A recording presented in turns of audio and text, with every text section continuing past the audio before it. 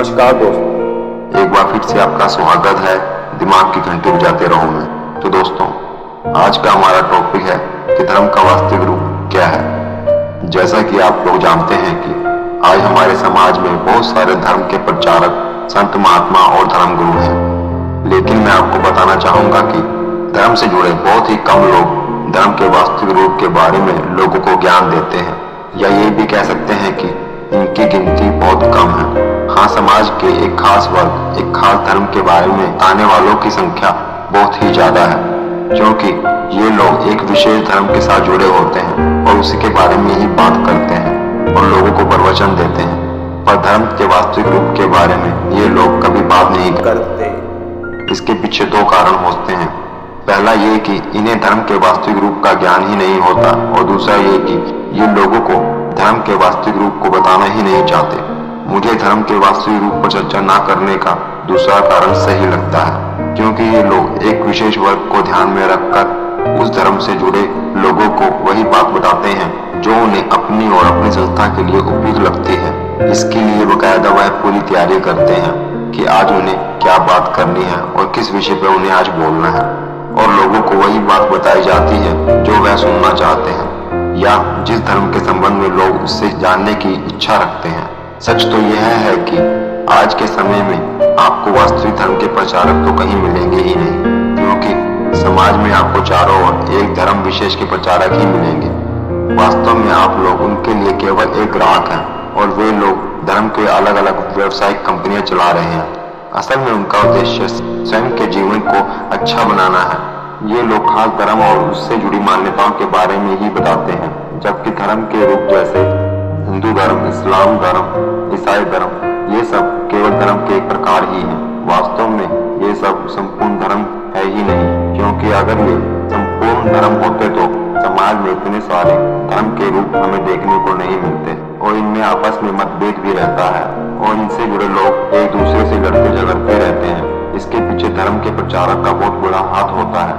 यदि ये लोग धर्म के वास्तविक रूप को पहचान ले तो और लोगों को धर्म का सही ज्ञान दे तो धर्म के नाम पर लोग आपस में मिलेंगे नहीं, पर वो ऐसा करेंगे नहीं, क्योंकि ये उनके स्वयं के व्यापार के लिए हानि पहुंचाएगा। और अगर मनुष्य को वास्तविक धर्म का ज्ञान हो जाए तो लोग किसी धर्म विशेष की मान्यताओं और नियमों को नहीं मानेंगे, जिससे कि इन्हें हानि होगी। और वैसे भी धर्म के वास्तविक रूप का वर्णन करना इतना आसान नहीं है। धर्म का वास्तविक रूप तो इस ब्रह्मांड के जैसा है, जिसका कोई विशेष रंग, रूप या आकार नहीं है। वह तो समाज के अनुसार ही ढल जाता है, या समाज के द्वारा धर्म के रूपरेखा तैयार कर ली जाती है। ठीक उसी प्रकार जिस प्रकार पानी में किसी भी प्रकार का रंग डालने पर पानी भी उसी रंग का हो जाता है, पर इस बीच उसका स्वयं का रंग कहीं खो जाता है। तो मेरा मानना है कि जिस कार्य या नियम से सभी प्रकार के प्राणियों का भला होता है, वास्तव में वही वास्तविक धर्म है, क्योंकि वास्तविक धर्म किसी से भेदभाव नहीं करता और न ही रंग, रूप, जाति, लिंग के आधार पर किसी का शोषण करने का अधिकार देता है।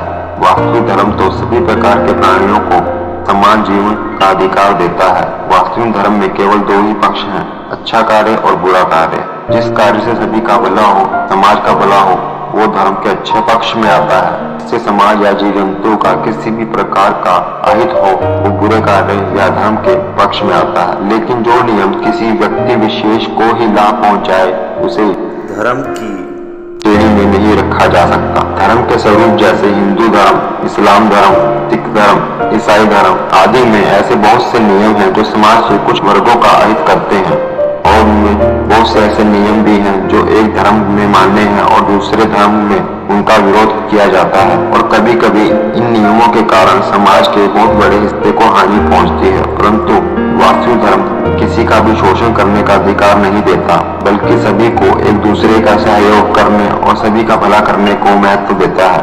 वास्तविक धर्म ना ही किसी विशेष समुदाय से जुड़ा है और ना ही किसी विशेष धर्म के साथ, और ना ही मनुष्य को स्वयं को स्वीकारने के लिए प्रतिबद्ध करता है। वास्तविक धर्म किसी पर भी किसी भी प्रकार का प्रतिबंध नहीं लगाता। वास्तविक धर्म तो इस खुले ब्रह्मांड की तरह है। जिस प्रकार ब्रह्मांड में उपस्थित सभी वस्तुएं बिना किसी रुकावट के खुले में घूम रही हैं, ठीक वास्तविक धर्म भी मनुष्य को अपने विचारों के अनुरूप कार्य करने की आजादी देता है। और हाँ, परिणाम भी आपको अपने विचारों और कार्यों के अनुरूप ही देता है, क्योंकि ये तो धर्म का रूप नियम है कि आप जिस प्रकार का कार्य करोगे, अंत में आपको फल भी उसी प्रकार का मिलेगा। वास्तविक धर्म ना तो किसी विशेष प्रकार की पूजा पद्धति को अपनाने को कहता है और ना ही किसी विशेष प्रकार के धार्मिक अनुष्ठान को करने को कहता है। ये सब तो धर्म के प्रकार या स्वरूप करने को कहते हैं, क्योंकि इन्हीं सब से तो धर्म के खास स्वरूप की पहचान होती है। आप अपनी इच्छा के अनुसार धर्म को धारण कर सकते हैं और किस धर्म के स्वरूप के अनुसार आपने अपना जीवन व्यतीत करना है इसका निर्णय कर सकते हैं। मैं यहाँ समाज में उपस्थित धर्मों के स्वरूप को पूर्ण रूप से गलत या सत्य नहीं कह रहा, लेकिन ये बात मैं अवश्य कहूँगा कि ये सभी धर्म हमें संपूर्ण सत्य से अवगत नहीं कराते, क्योंकि ये सभी धर्म मनुष्य के द्वारा ही बनाए गए हैं, तो उनमें बहुत सारी गलतियों का होना स्वाभाविक है। पर अब वो समय नहीं है जब मनुष्य इन धर्मों में दी गई मान्यताओं या धारणाओं पर प्रश्न या इनका विरोध नहीं कर सकता था। अब मनुष्य अपने अनुसार धर्म की इन मान्यताओं या धारणाओं पर विचार कर सकता है, इनका विरोध भी कर सकता है और समय के अनुसार इन धारणाओं को धर्म के विशेष स्वरूप से हटाया भी जा सकता है। तो दोस्तों, हमें किसी विशेष धर्म के बारे में ही विचार नहीं करना चाहिए,